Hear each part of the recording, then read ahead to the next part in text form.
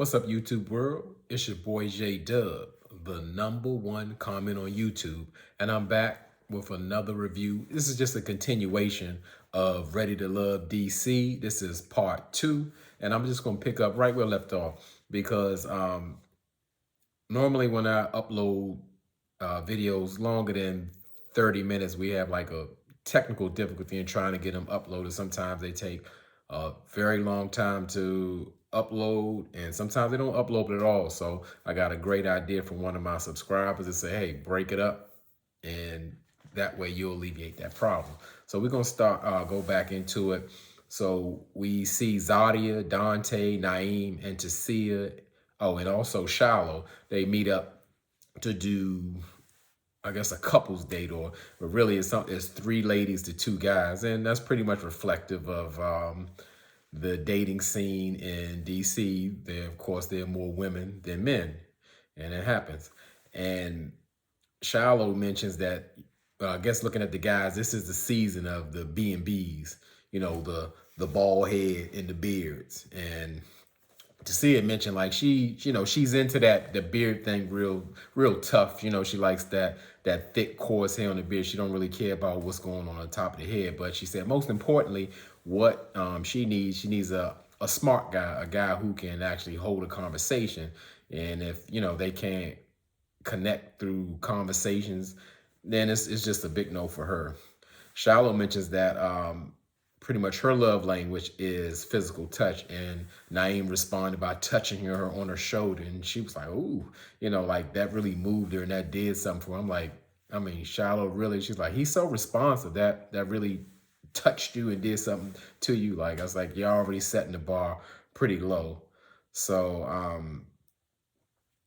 they go into a conversation about intimacy and sex, and everyone was pretty much participating, with the exception of Tasia. And I understood, like, especially in a group setting or for people she hasn't really made connections with, she didn't want to go into talking about sex. She said what she's done and who she's done it with. That's really not her scene, and I can really respect that because when you're like so open about that, so instant, it kind of gives off a vibe like you just there to have a good time. And then, if that's what you want to give off, you know, that's what you want to give off. So I can see it. Sometimes I see the immaturity into see it, but this is the time that I really see that she's really using her head and being mature. So after all, I guess all the dates that went on, the ladies are meeting up at the ladies' lounge, and they want to, consult with Tommy. And all the ladies are there with the exception of Aisha, because she was involved in a car accident. And actually, one of the contestants, Phil, he went to get her. And to me, I don't really see Phil in a lot of scenes. He's almost forgettable. But maybe we'll see him later throughout the season. And of course, when Tommy comes in the room, he wants his due, his round of applause. He comes in clapping, just like, hey, give it up for me. And that's what Tommy do.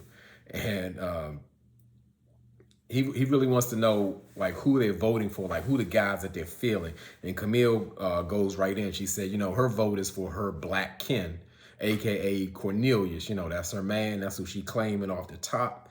And also, Tasia and Carrie mentioned that they are into Cornelius as well. And that's when the Black Widow get to roll in her eyes, you stepping on her territory. Cornelius is her man. She said, Cornelius, Cornelius, Cornelius, that's her man. But Carrie actually shared that they spent some time over the phone, and you can see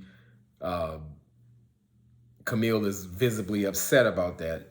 She's super territorial. And as I said, that's going to do her a disservice, especially in this type of setting.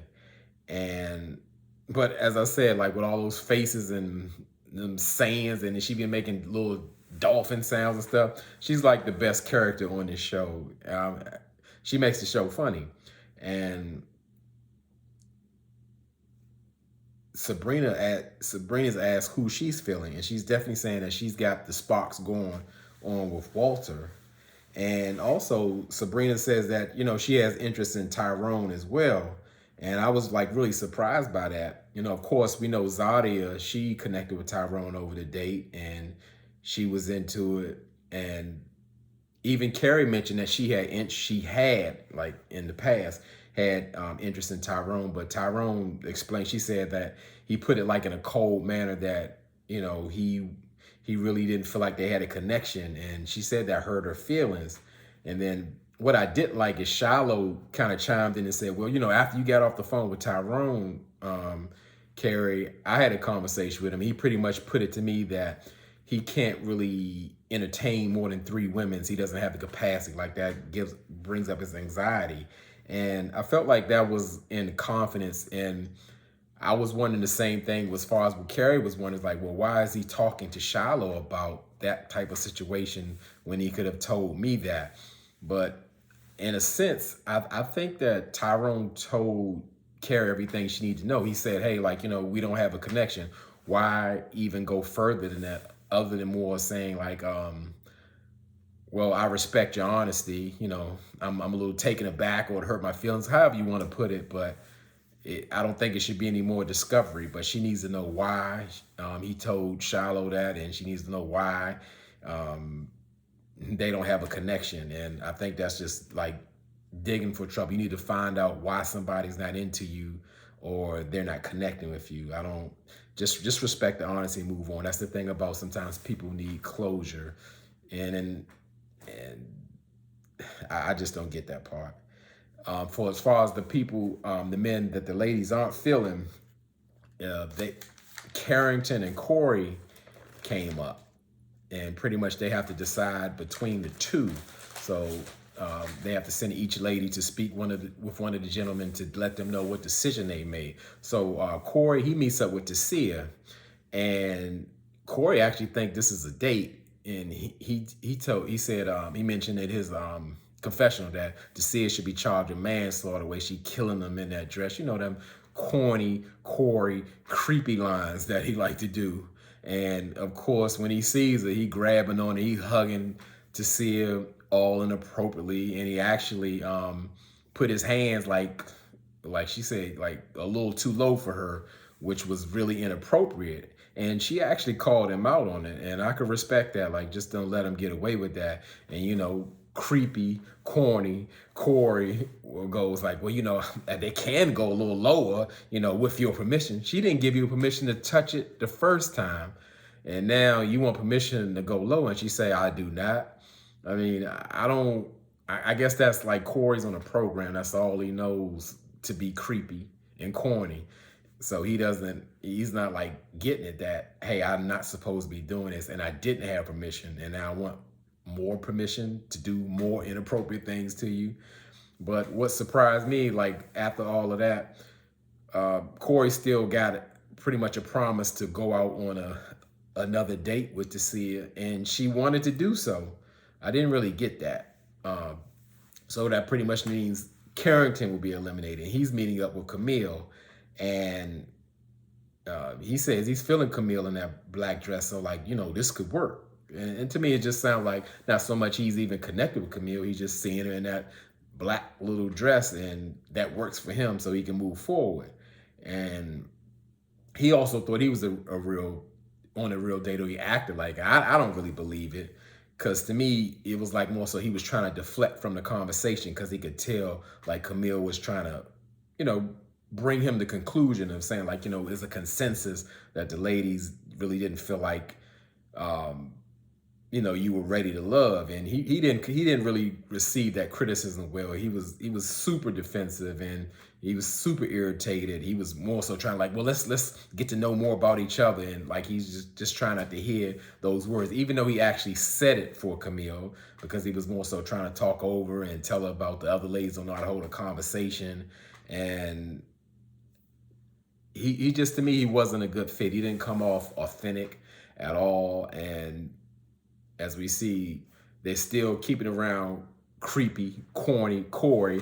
And to me, it has to be something with as far as like for production, because pretty much the only person that saved Corey was Muman, and that was off their her creepy date with Corey, but everybody else pretty much said Corey's a cornball. You can't understand what he's saying. It's just like it's like just like a big no. Corey is a walking red flag, pretty much. So that was the end of the episode. And as far as next week, now the men will have the power again to vote off the ladies. And again, for those who check out my channel, I thank you for your patience. I will work very hard to catch up because I'm so far behind, but we're going to do this one video at a time. And again, y'all could be anywhere in this YouTube world, but you're here with me, and I really appreciate that, and I really mean it.